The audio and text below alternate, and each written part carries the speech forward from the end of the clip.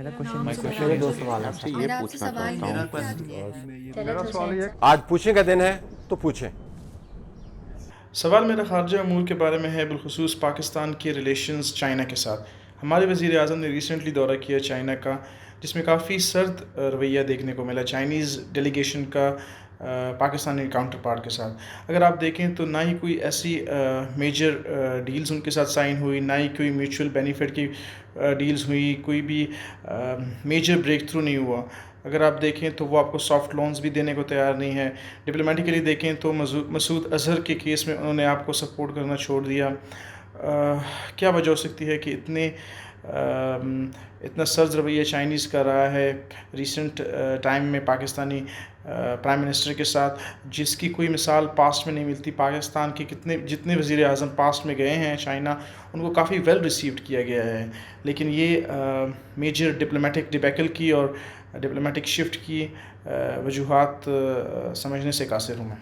دیکھیں، چائنا تبدیل ہو گیا ہے، اور ہمارا یہ جو تصور ہے، جو حکومتوں اور ریاستی اداروں نے طویل عرصے سے پاکستان کے اندر پروان چڑھایا ہے کہ جی چائنیز جو ہیں وہ تو بھائی ہیں.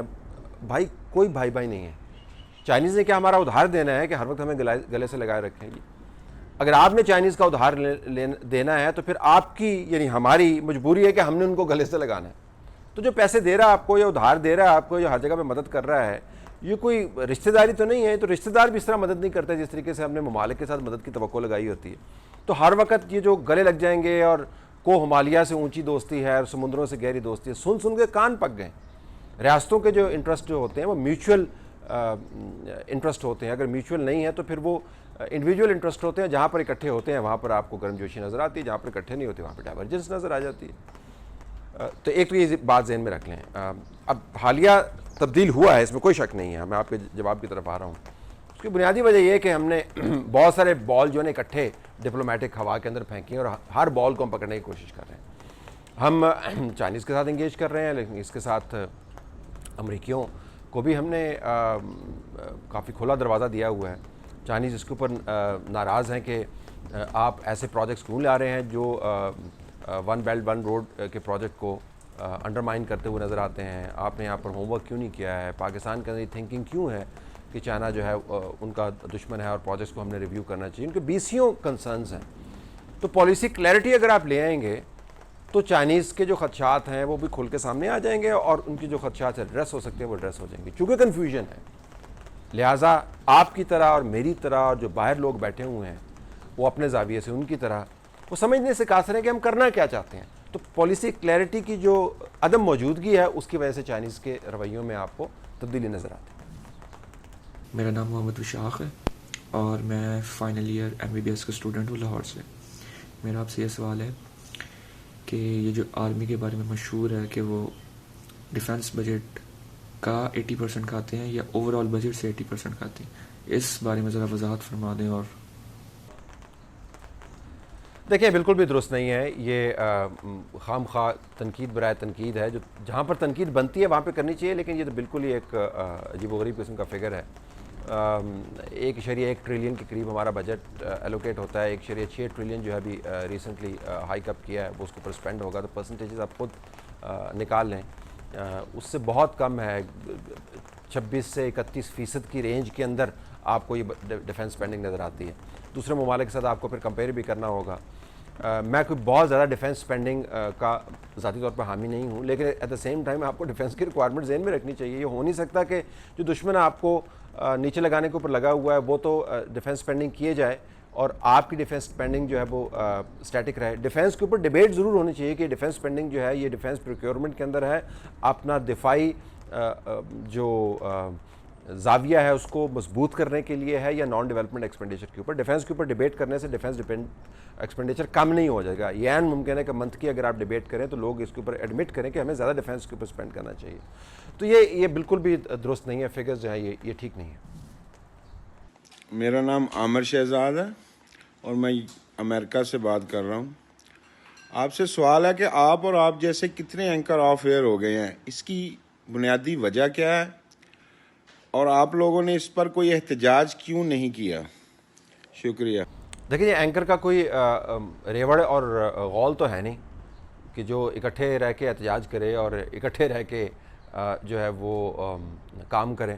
ہم مختلف چینلز کے اوپر کام کر رہے تھے. اب اتفاق کی بات ہے، حادثات کی بات ہے، یا کسی سازش کی وجہ سے ہم سب کو چینلز کے اندر سے جانا پڑا. لیکن نصرت جاوید جو ہیں وہ آپ کے اوپر واپس آ گئے ہیں. ایک دو اور دوست بھی ہیں جو واپس آ گئے ہیں. تو سبھی اینکرز نکال نہیں گئے. میں نے خود ریزائن کیا کیونکہ میرے خیال میں ایڈیٹوریل پالیسی جو تھی وہ میرے کام کے اندر رکاوٹ پیدا کر رہی تھی اور میں کام نہیں کرنا چاہتا تھا. اور ہمارے پاس متبادل ایک ہم نے پلیٹ فارم ڈیولپ کیا ہے جو چھوٹا ہے لیکن اللہ کا شکر ہے کہ اس کا امپیکٹ زیادہ ہے اور بڑھ بھی رہا ہے، اس میں گروتھ بھی ہو رہی ہے.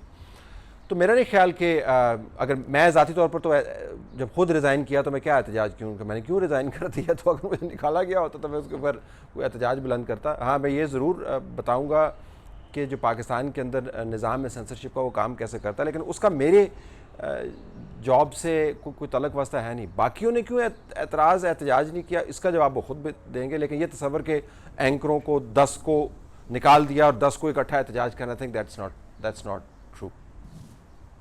سر میرا نام ڈاکٹر امداد اللہ زید ہے. سر میرا سوال یہ ہے کہ آیا پی ٹی آئی کی گورنمنٹ کے لیے ہائیر ایجوکیشن کی کوئی امپورٹنس ہے یا نہیں؟ یعنی لاسٹ 8 مہینوں سے ہم دیکھ رہے ہیں نا کہ انہوں نے ایجوکیشن کے لیے کچھ بھی نہیں کیا اور نہ ہی ان کا کوئی آئندہ کے لیے کوئی ان کا پلان وغیرہ ہے. اس بارے میں سر آپ کچھ کہیں. آپ شفقت محمود سے اگر آپ بات کریں تو وہ آپ کو بتائیں گے کہ بڑا زبردست کام کیا، لیکن اگر آپ ان پر تنقید کریں گے تو اتنے غصے کے اندر آ جائیں گے. آپ نے اس ویژن کی بات کی نا، تعلیم کے ویژن کی. باقی پالیسیاں جو ہوتی ہیں ویژن کے تابع ہوتی ہیں. کہاں پر ہے پاکستان کو ایک تعلیم یافتہ ریسرچ اورینٹیڈ ملک بنانے کی بحث کس جگہ پہ آپ کو نظر آتی ہے؟ جس قسم کی آپ کو بد دماغی سیاسی بحث کے اندر نظر آتی ہے، جس قسم کی بد دماغی آپ کو پالیسی سازی کے اندر نظر آتی ہے، اس کا تعلق کوئی تعلیم سے اور تحقیق سے نظر آتا ہے. جب پالیسی ساز حلقے جو ہیں ان کا تعلیم سے دور پرے کا واسطہ نہیں ہے، وہ بنیادی تعلیم کی اہمیت سے ہی ناآشنا ہے، تو نیچے پھر آپ نے ہائر ایجوکیشن ہو یا ٹرشری ایجوکیشن ہو یا لوور ایجوکیشن یا پرائمری ایجوکیشن ہو، اس کے اوپر کیا ڈیبیٹ ہونی؟ Education is not a priority. آپ نے یونیورسٹی اناؤنس کر دیتے ہیں پبلک پی آر کے لیے اور اس کے بعد دوبارہ سے اس کو آفس میں کنورٹ کر دیتے ہیں، کوئی پوچھ پرتیت کرنے والا نہیں ہے. تو اس ملک میں پڑھنا لکھنا تحقیق کرنا پالیسی لیول کے اوپر ریڈنڈنٹ ہے، اس کی ضرورت نہیں ہے آپ کو.